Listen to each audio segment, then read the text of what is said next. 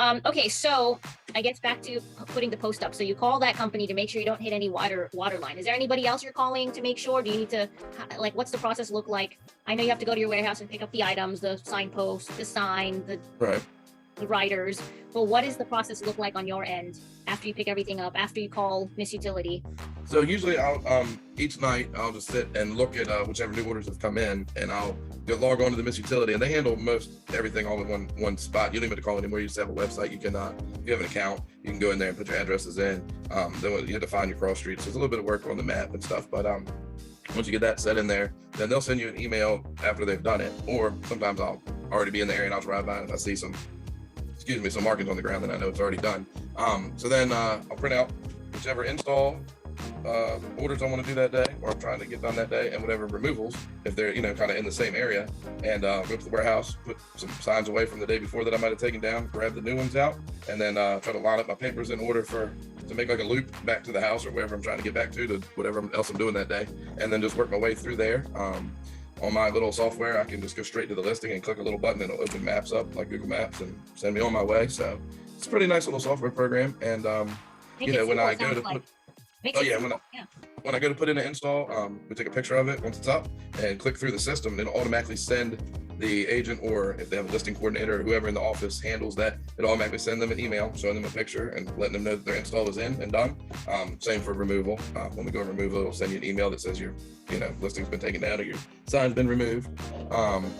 And I guess most of the time you can log in and look at your inventory, or you can go in and see your previous invoice history or anything like that. So it's a pretty nice little, it stays pretty smooth running as far as everything. I mean, every once in a while inventory may be off by a thing or two. Like if you go to look and I went and got the removals on a Friday, I might not go put them back in the inventory till Monday. So sometimes things will be off by a little bit.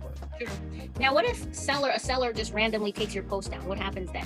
So we have had that. A lot of, I've had recently only the 2 times in the whole probably last 3 years that I know of, talking to my buddy that owned it before and stuff. We've had people run off the road and run over a couple of signs. So, we have like a fee to replace the cost of the post. I mean, obviously the panels, those are y'all's anyway. So, yeah. If you lose the panel from that, then it's up to you to get me another one to replace it, or just say, oh, you've got 5 or 6, but don't worry about it right now. Usually we have like a fee to replace the post. Hopefully if you guys, obviously you weren't there, but if the homeowner knows who ran into their yard and ran it over, hopefully they've got some insurance money from them, or, it's usually $40, $50, depending on, cost of lumber or whatever. Could fluctuate if it goes real crazy, but I mean, obviously that's the cost of things that happen sometimes. But other than that, I do have sometimes, as soon as somebody moves in, they don't want to wait. They get to go to settlement, and as soon as they walk to the house, they yank the post up and throw it in the backyard, or put it somewhere because they don't want it out front. I'm like, I'm coming tomorrow probably. Like, I'm not very far behind on removals usually. Unless the agent forgets to put it in the system. So I guess the thing there is agents should tell you in advance, like, hey, this is the closing date. Take the right. Some of them do put them in a little ahead of time, and then but like I said, you're hoping to get everything running smooth for your buyer or for your seller if you're the listing. Whether you're the buyer or seller, agent, or both. But like I say, most people don't really care. But I get it. I guess sometimes, like if you moved in and it's been up for a week because somebody forgot to let me know, and then people keep stopping by and saying, "Oh, how much you selling it for?" And you're like, "No, we already bought it." I can see. That doesn't happen very often, but most of the time they just set them on the side of the house, and so I can see it when I get there. It's no big deal. But we have had some that just disappeared into the stratosphere, into the abyss. Some listing agents, actually, I feel like that's a strategy where they just leave the signpost up for marketing. Right. Get calls from their, the signpost. And that way they can say, "Oh, that one's sold, but we have this one." Yeah. Basically, it is funny. Some people do all the steps. They like to do like the coming soon, and then the for sale, and then the under contract, and then the sold. And some people just put up, take down, and I'm the first one. I'm the one that's coming soon. I mean, like I said, that gets you all your good steps. It shows people how quick you got that property moved. I mean, or you have OCD and you just need to have that sign because you're mental, Right. Like I said, there's a lot of people have different, I notice everybody has different ways. Yeah, different strokes, different folks. Well, I did have a question from a seller once, and maybe you can answer this. So when you dig up the hole, and then you take your post, what do you do to fill up that hole? Do you have like dirt lying around somewhere? Like, where do you get dirt from that? So it's that almost the ability to kind of fill the hole back in depends a lot on weather, which is weird because when I usually dig the hole, I try to pull like one little chunk out, like a little with the post hole digger, and I'll try to set that to the side. And that way, when it goes to come out, sometimes I can just kind of shove that back in like a little plug and tap it around. Is it always perfect? No, because anytime it rains afterwards, some of that dirt just kind of washes away. So there's not as much dirt as it was when we pulled it out. And some of it sticks to the post. So for the most part, I try my best to fill them back in.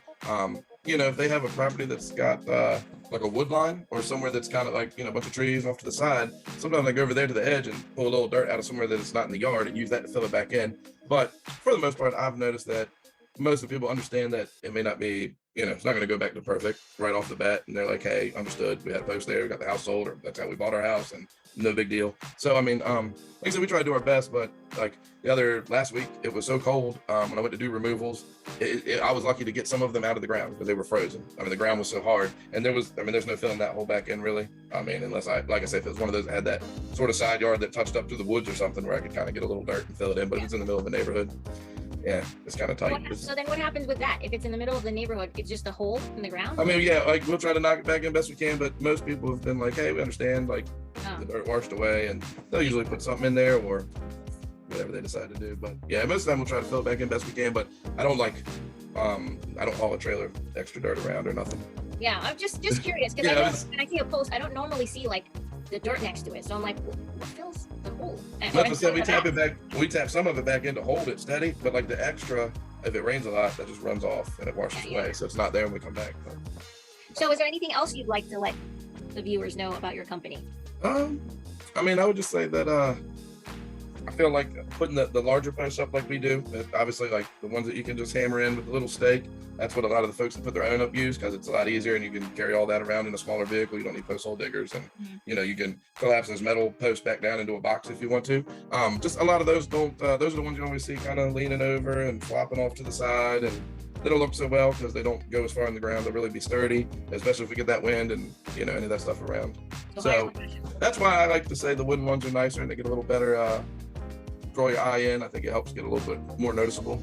So, yeah, I think when I started in real estate, it was in 2003, and back then I would buy my own posts, and they were metal, and they were so flimsy. And at that time, I was a realtor in Los Angeles and in Las Vegas, and in Vegas, the wind would be crazy sometimes, and so the posts would just be on the ground, and I'd be like, wow, this is crazy. And at that time, that's when I was like, I can't be doing this, or this is not for me. I need to find someone who does that. And I don't recall exactly when Signpost hiring a third party became popular, but I've been doing it for a long time, just because it's not easy, believe it or not. No, some days it's difficult. So especially, it's funny, people think like after it rains, they're like, oh good, it's easier for you to go dig the holes. And I'm like, yes, that part is true, but when I put it in and I tap the dirt back around to hold it and it's all mushy, that part does not work well. So it's kind of like, you gotta find, you gotta work harder on those days when it's has rained a little bit, and or when it's really, really cold and you're trying to take the ones out. But you gotta work around the weather just like anything else. But I think they definitely give a better appeal to get people to notice.